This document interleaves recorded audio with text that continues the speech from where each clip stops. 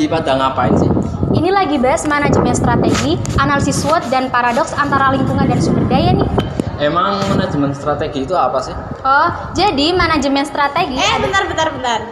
Bagi kalian yang mau mengetahui apa itu manajemen strategi dan analisis SWOT serta paradoks antara lingkungan dan sumber daya, jangan lupa tonton video ini sampai habis ya. Manajemen strategi adalah proses perencanaan, pelaksanaan, evaluasi strategis yang dirancang untuk membantu tercapainya tujuan organisasi secara efektif dan efisien. Proses ini melibatkan analisis internal dan eksternal, penentuan visi dan misi organisasi, dan juga pengambilan keputusan yang strategis untuk mendukung keberhasilan jangka panjang. Analisis SWOT adalah teknik untuk mengevaluasi posisi bisnis dengan memetakan 4 elemen utama. Yang pertama ada strength atau kekuatan, yang kedua ada weakness atau kelemahan, yang ketiga ada opportunity atau peluang, yang keempat ada threat atau ancaman. Strength atau kekuatan adalah hal-hal yang sudah berhasil dicapai oleh perusahaan. Weakness atau kelemahan adalah hal-hal yang bisa menghambat perusahaan. Opportunity atau peluang adalah kesempatan yang muncul dari luar perusahaan. Threat atau ancaman adalah faktor eksternal yang menjadi batu sandungan dari perusahaan. Analisis SWOT dirancang untuk membantu seorang pengusaha memahami permasalahan di dunia nyata. Namun ternyata konsep ini tidak hanya membantu perusahaan untuk sukses loh. Beberapa hasil analisis yang diperoleh, seorang pengusaha tidak hanya membutuhkan tata kelola perusahaan yang baik, tetapi juga memerlukan dukungan dari semua aspek termasuk karyawan yang memadai dan juga sumber daya yang memadai. Seorang pembisnis juga harus bisa menganalisis seperti kekuatan, kelemahan, peluang, dan bahkan ancaman dari perusahaan tersebut. Paradoks antara lingkungan dan sumber daya dapat diatasi dengan pendekatan strategis yang seimbang untuk memastikan tujuan ekonomi dan keberlanjutan lingkungan dapat berjalan dengan sejahtera dan harmonis. Analisis SWOT memiliki banyak kelemahan sehingga tidak efektif dan tidak ideal jika digunakan dalam pengambilan keputusan strategis. SWOT biasanya bergantung pada pandangan subjektif yang bisa bias, menyederhanakan situasi yang kompleks, dan tidak mendorong eksplorasi peluang baru.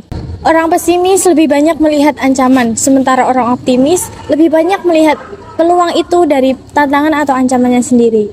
Hal itu membuat organisasi lebih lamban atau malas memanfaatkan peluang. Hanya karena fokus pada satu kesesuaian internal dan eksternal, dan tanpa upaya memaksimalkan pengelolaan sumber daya yang ada. Kelemahan analisis SWOT mencakup beberapa hal. Yang pertama ada subjektivitas dan bias. Hal ini bergantung pada persepsi individu dan rentan salah paham. Yang kedua ada simplikasi berlebihan atau mengabaikan kompleksitas situasi. Dan yang ketiga ada kurangnya prioritas atau tidak memberi bobot pada faktor yang diidentifikasi. Yang keempat ada statis atau hanya mempertimbangkan kondisi saat ini tanpa memperhatikan perubahan. Yang kelima ada konteks kompetitif minim yang berarti tidak mempertimbangkan posisi dalam persaingan. Yang keenam ada sulit diimplementasikan yang berarti tidak menyediakan panduan konteks untuk strategi. Hal ini menyebabkan analisis SWOT sering tidak efektif dalam mendorong strategis yang dinamis. Tuntunan adaptasi pasar merupakan kemampuan bisnis untuk menyesuaikan produk, layanan, atau strateginya agar tetap relevan dan kebutuhan konsumen dan tren yang terus berubah. Ada beberapa alasan adaptasi yang sangat penting bagi dunia bisnis. Yang pertama, meningkatkan daya saing. Kedua, meningkatkan kepuasan pelanggan. Ketiga, membuka peluang pasar baru. Keempat, mencegah penurunan penjualan. Ya, yang selanjutnya yakni materi tentang paradoks lingkungan dan sumber daya manusia atau yang sering disingkat dengan manajemen MSDM. Dalam analisis SWOT, yakni strength, weakness, opportunity, dan threat. Paradoks ini merujuk pada ketegangan atau kontradiksi antara upaya untuk memanfaatkan sumber daya manusia dan juga upaya untuk melestarikan lingkungan sekitar yang seringkali berbenturan dalam konteks pembangunan maupun manajemen dalam bisnis.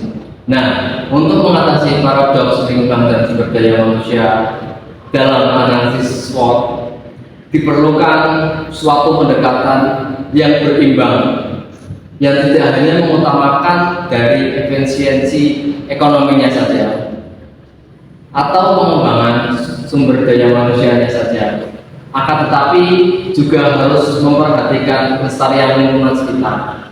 Yang selanjutnya adalah analisis SWOT adalah metode strategi yang digunakan untuk kekuatan, kelemahan, peluang, dan ancaman. Konteks bisnis, proses ini juga melibatkan beberapa langkah-langkah, yaitu dibagi menjadi 4. Yang pertama, kekuatan identifikasi, menentukan faktor internal yang memberikan keunggulan seperti kualitas produk dan reputasi. Yang kedua ada identifikasi kelemahan, mengidentifikasi area yang perlu diperbaiki seperti keterbatasan sumber daya. Yang ketiga ada analisis peluang, mengidentifikasi tren dan kondisi pasar yang dapat dimanfaatkan.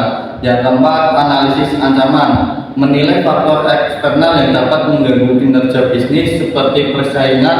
Setelah analisis strategi dirumuskan untuk memanfaatkan kekuatan dan peluang serta mengatasi kelemahan dan ancaman. Seringkali menggunakan analisis SWOT untuk visualisasi dan perumusan langkah-langkah strategi. Beberapa manfaat yang kita dapat apabila kita mempelajari manajemen strategi yang pertama yaitu memberikan arah yang jelas bagi organisasi atau perusahaan. Yang kedua, meningkatkan efisiensi dalam pengambilan keputusan. Yang ketiga, meningkatkan koordinasi dan komunikasi antar bagian organisasi. Dan masih banyak sekali manfaat lainnya. Ayo kuliah di Winbusdur agar bisa belajar manajemen strategi.